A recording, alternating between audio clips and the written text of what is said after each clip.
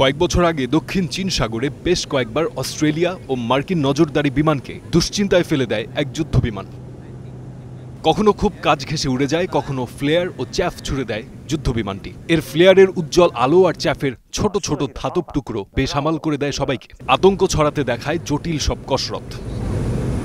বলছি চীনের তৈরি J-16 কথা, যাকে সামলাতে গিয়ে প্রতিপক্ষের বিমানের ইঞ্জিনে দেখা দিয়েছিল গোলযোগ, জানিয়ে পরবর্তীতে তোলপাড় হয় আন্তর্জাতিক পরিমণ্ডলে।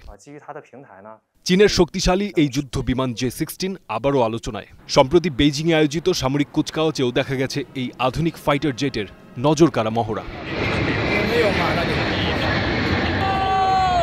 অন্য সব যুদ্ধ বিমানের সঙ্গে দল বেঁধে প্রদর্শন করেছে এর শক্তিমত্তা।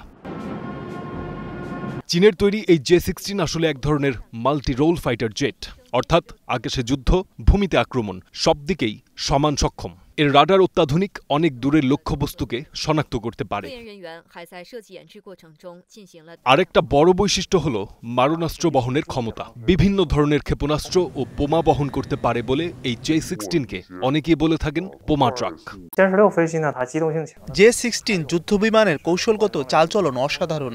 এর নতুন রাডার একসাথে বহু লক্ষ্য শনাক্ত ও ট্র্যাক করতে সক্ষম। J-16 নানা ধরনের অস্ত্র বহন করতে পারে। এর সম্ভাব্য কম্বিনেশনের সংখ্যা শতাধিক।